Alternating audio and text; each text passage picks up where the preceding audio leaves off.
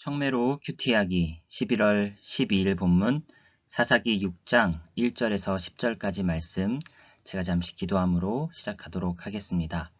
살아계신 하나님 아버지, 오늘도 하나님의 말씀을 통하여 내 갈 길에 빛을 얻는 귀한 은혜의 시간 되게 하여 주옵소서. 감사드리며 예수님의 이름으로 기도드립니다. 아멘.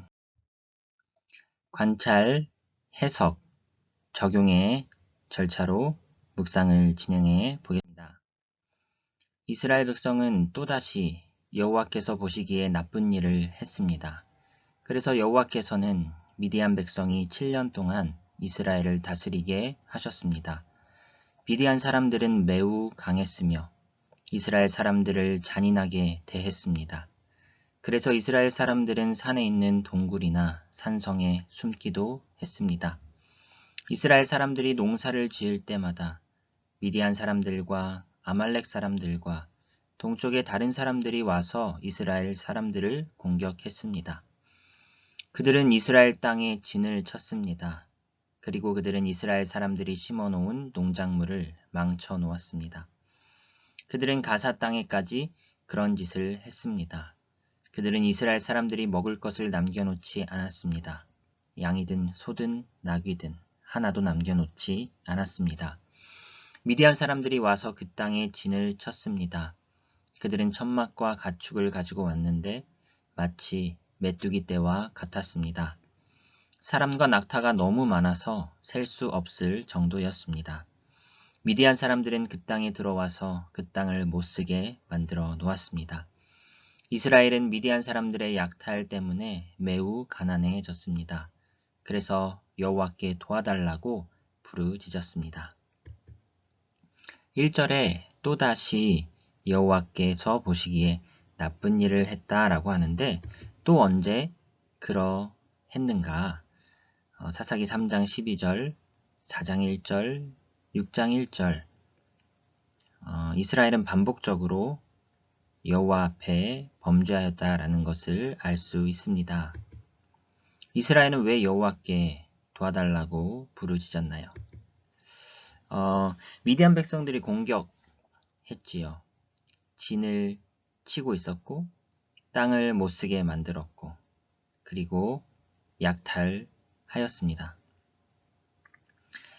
4절 말씀 보시면은 5절 말씀 보시면 그들은 천막과 가축을 가지고 와서 아예 이스라엘 땅에 진을 치고 먹을 것을 싹 다 먹고 그리고 떠날 때는 땅을 못쓰게 만들어 놓고 떠났다.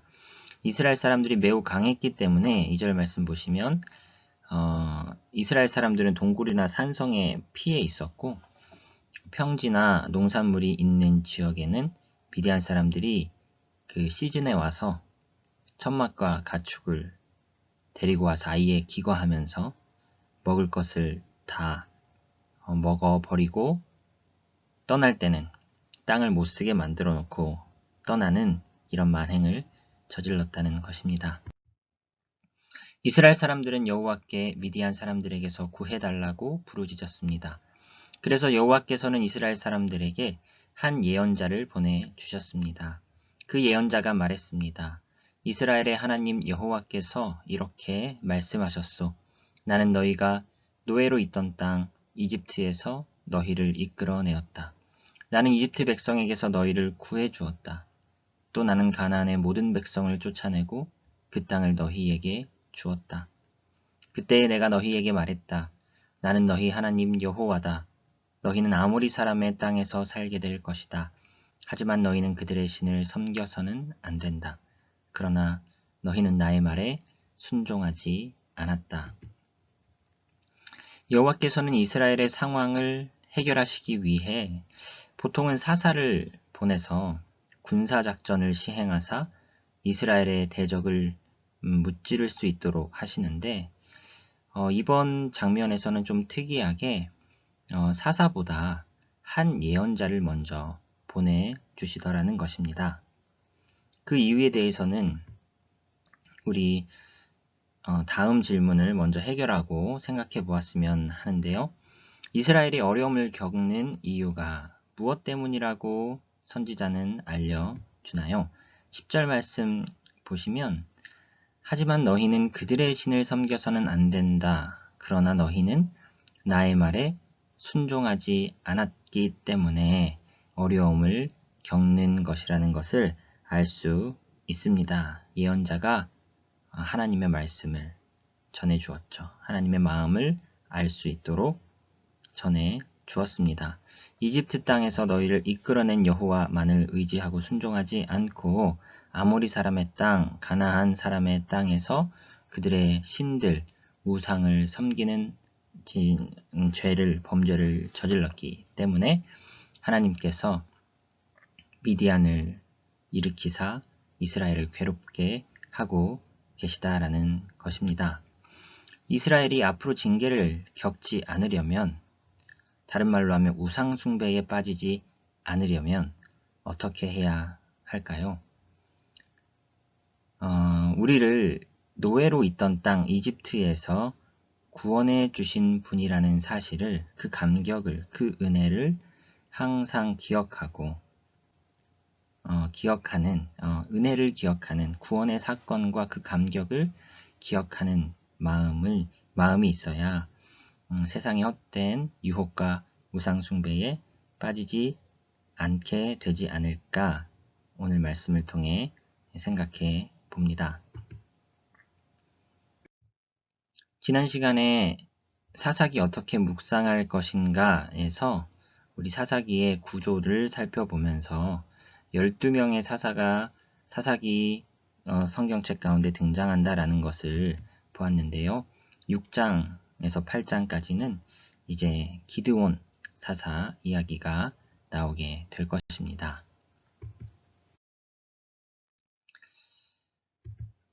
배경주석을 참조해 보시면 오늘 사사기 6장 3절에 대해 이러한 정보를 제공해 주고 있는데요. 침략자들에게 침략 시기를 선택하는 것은 매우 중요했다. 수확기가 지난 후라면 마을 사람들은 곡식을 모두 비축해 놓고 감추어 공격에 좀 더 쉽게 저항할 수 있었을 것이다. 그러나 곡식이 아직 들에 있으면 침략자들은 식량을 충분히 노획하고 마을 사람들은 전혀 비축하지 못하게 될 것이다. 마을 사람들의 1년치 식량을 빼앗는다면 그들은 쉽게 무력해질 것이다. 그래서 침략자들은 침략하여 다 가져갈 뿐만 아니라 이후에도 농사가 제대로 지어지지 않도록 밭을 못쓰게 만들어 짓밟아 놓고 가는 짓을 저지르기도 한다는 것이지요.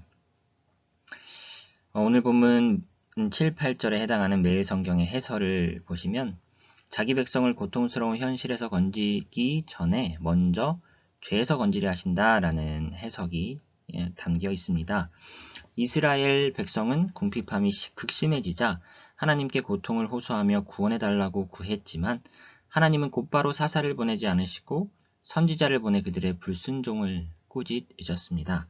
이것이 오늘도 우리에게 말씀을 주시는 이유입니다. 말씀에 비춰 내 마음과 삶에서 죄를 제거하는 일을 가장 우선순위에 둡시다 라고 해설이 달려 있었습니다.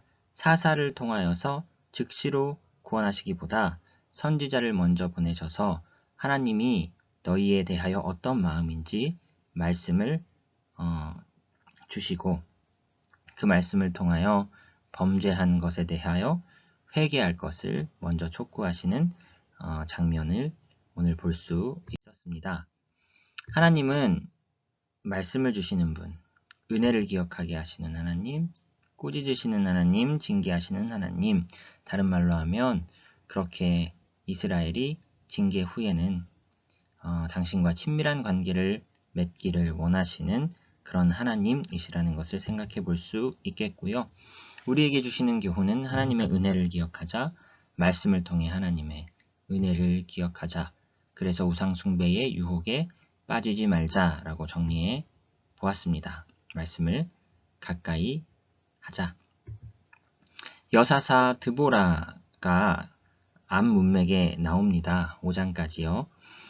그 여자 사사 드보라를 통해 이스라엘을 가나안 민족에게서 구원하신 하나님, 그러나 이후 다시 악을 행하는 이스라엘. 오늘의 핵심 메시지는 부르짖으면 도와주신다. 반복되는 죄악과 구원의 사이클 속에 내가 기억해야 할 것은 하나님의 말씀이요 은혜다. 반복되는 죄악의 사이클에 빠져 있지는 않은지, 그 죄악의 패턴에서 벗어나는 방법은 무엇일지, 목사님 제 개인적인 경우에는 피로가 몰려오다가 중요한 일들이 끝났을 때, 이제 쉬어도 되겠다 했을 때 안 좋은 방법으로 쉬는 그런 패턴이 있는 것 같아서 일을 하는 중에도 적절한 쉼을 갖는 것이 중요하겠다. 그래야 죄악을 피할 수 있겠다. 이런 생각을 해보았고요. 또한 꾸준한 말씀 묵상 및 연구가 유혹에 맞서 시험을 이기는 그런 내가 되지 않을까. 그렇게 하나님의 도우심을 말씀 속에서 간구하고 의지하는 삶을 살아야 되지 않을까 생각해 봅니다. 하나님이 나에게 베풀어 주신 은혜가 얼마나 큰지 기억하고 또 기억하자. 말씀을 통해 하나님의 크심과 나의 작음을 알자. 그리고 우상의 작음을 알자. 라고 정리해 보았습니다. 기도하고 오늘 묵상을 마치겠습니다. 살아계신 하나님 아버지, 하나님의 구원의 사건과 은혜를 기억하여 이 세상 속에서 헛된 우상의 유혹에 빠지지 않고 하나님을 온전히 섬기고 그 은혜를 기억하고 찬양하는 삶 살 수 있도록 우리를 붙잡아 주시고 인도하여 주옵소서. 감사드리며 예수님의 이름으로 기도드립니다. 아멘. 오늘도 수고하셨습니다.